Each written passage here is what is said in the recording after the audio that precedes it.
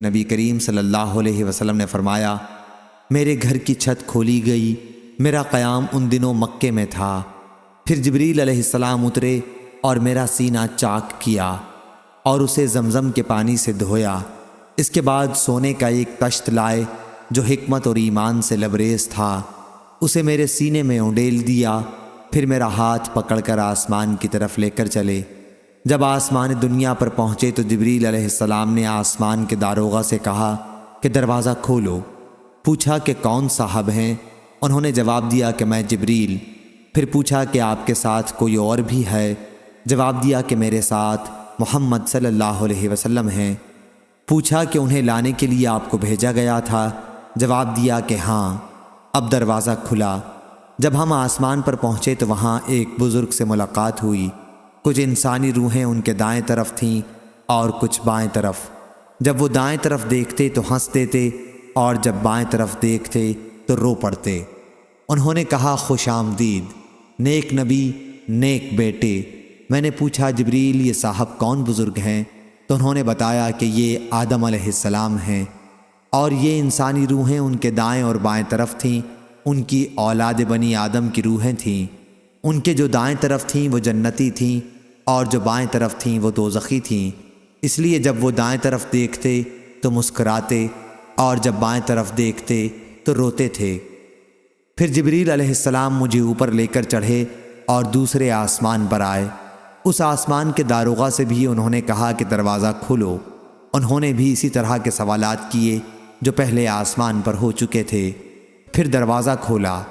انس رضی اللہ عنہ نے بیان کیا کہ حضرت ابو ذر رضی اللہ عنہ نے تفصیل سے بتایا کہ حضرت صلی اللہ علیہ وسلم نے مختلف آسمانوں پر ادریس، موسیٰ، عیسیٰ اور ابراہیم علیہ السلام کو پایا، لیکن انہوں نے ان انبیاء کرام کے مقامات کی کوئی تخصیص نہیں کی۔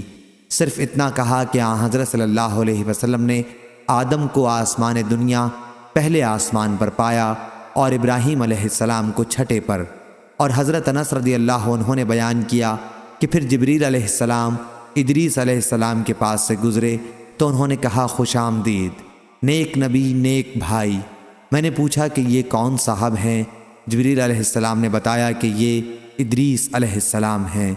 پھر میں عیسیٰ علیہ السلام کے پاس سے گزرا، انہوں نے بھی کہا، خوش آمدید نیک نبی، نیک بھائی۔ میں نے پوچھا، یہ کون صاحب ہیں؟ تو بتایا کہ عیسیٰ علیہ السلام۔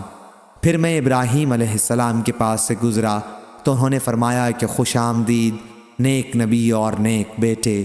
میں نے پوچھا، یہ کون ہیں؟ جواب دیا کہ یہ ابراہیم علیہ السلام ہیں۔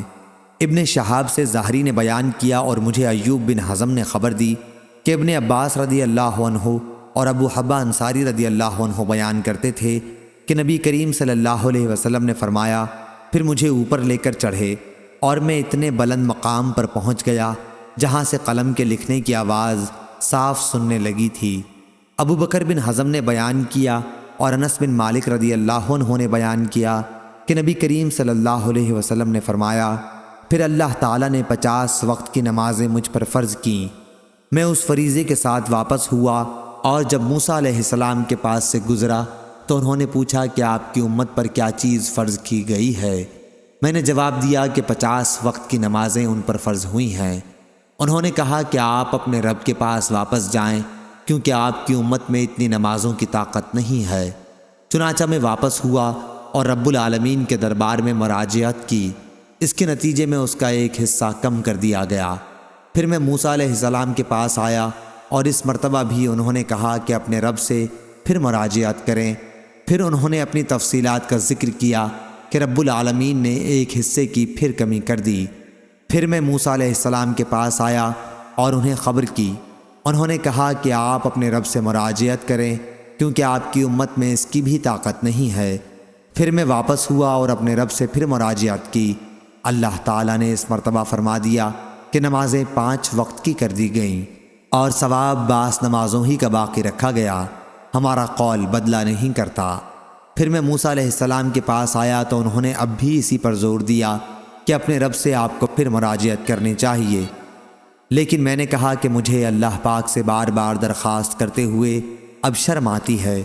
پھر جبریل علیہ السلام مجھے لے کر آگے بڑھے اور سدرۃ المنتہا کے پاس لائے، جہاں مختلف قسم کے رنگ نظر آئے جنہوں نے اس درخت کو چھپا رکھا تھا۔ میں نہیں جانتا کہ وہ کیا تھے۔ اس کے بعد مجھے جنت میں داخل کیا گیا تو میں نے دیکھا کہ موتی کے گنبد بنے ہوئے ہیں اور اس کی مٹی مشک کی طرح خوشبودار تھی۔ صحیح بخاری حدیث نمبر 3342۔